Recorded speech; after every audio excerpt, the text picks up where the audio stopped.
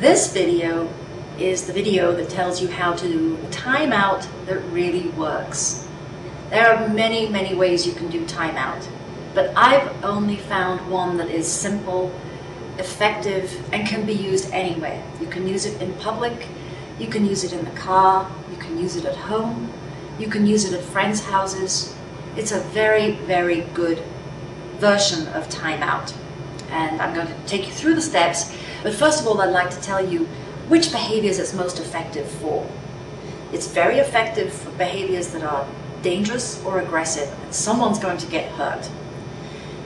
It's also helpful for annoying behaviors that get out of control and the child needs calming down. Because the main purpose of timeout, in the version that I think is effective, is not punishment. It's not designed to stop your child's behaviors because he's being bad. It's designed to stop those behaviors because you're teaching your child how to calm himself down. So it's not a punishment, it's a calming down technique. So if you can put in your mind as a parent, timeout equals calming down for both you and your child, then it'll help you follow through with the steps that I'm going to describe. It's always important before you change something on your child that you set them up, that you prepare them ahead of time. And it's no different with the timeout technique. What you can do is let them know that you're going to have a very new way of helping him calm down when he gets overwhelmed. All children get overwhelmed. There's nothing bad he's doing about that. You can even get his buy-in to the whole process by having him help you design a timeout place or a calming spot. It might be a seat in a certain room. It might be a place in his bedroom that he likes to go to. I would advise for a child younger than 4, certainly a child of 3 or younger, that they be within sight of you. Most children anyway, need to be near you when they're in their timeout, their calming spot. You don't need to be having anything to do with them, but they do need to have your presence. I think that's important. Most children who are older than that, 4 or 5, if they're losing it, they tend to get a little embarrassed and they might need to be somewhere out of sight.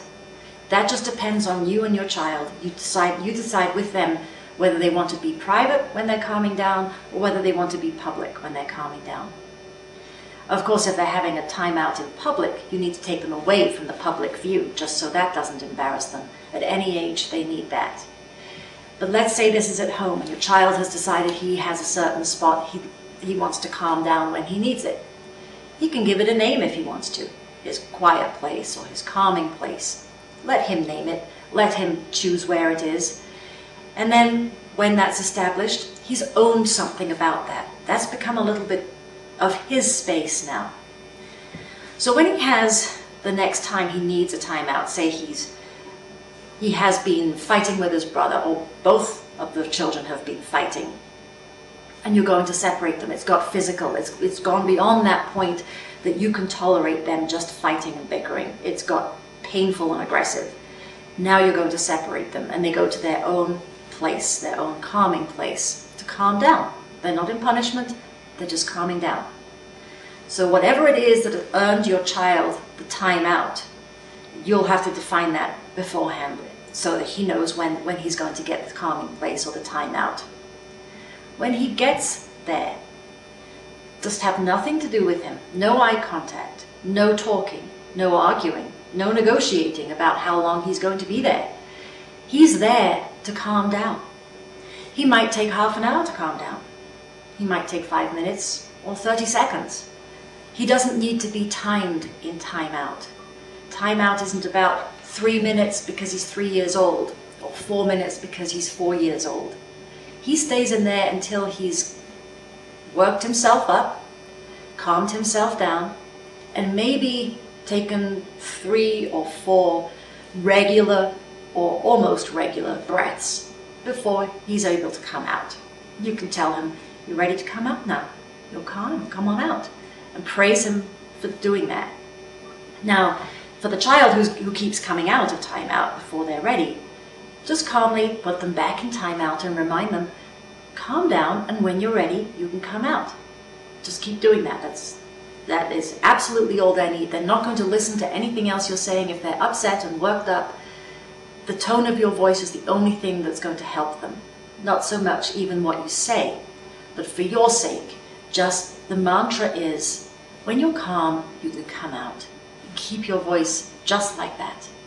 He's going to hear your tone and may not even hear your words. That's okay.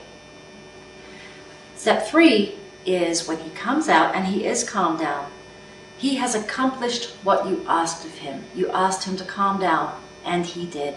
And he gets praised and acknowledged for that.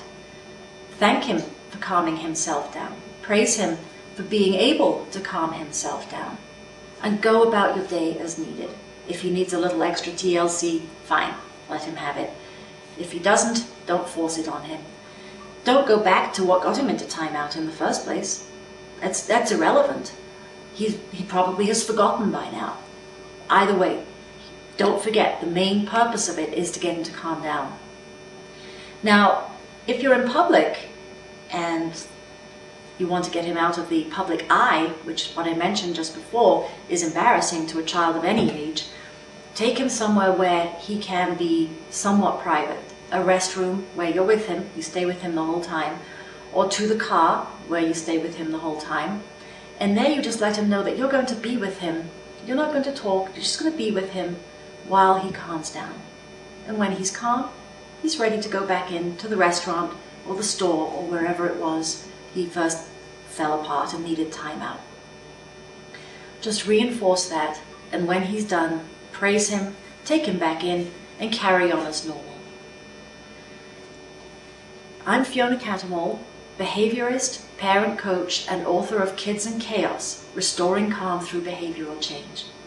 If this video was helpful, I'm very glad for you. If, however, it didn't cover all the detail you needed, I suggest you buy a copy of Kids in Chaos. You can buy it on my website, and it will take you through the techniques in greater detail and give you other techniques that you might be interested in reading about and using for different behaviors your children have. Also, stay tuned for upcoming webinars.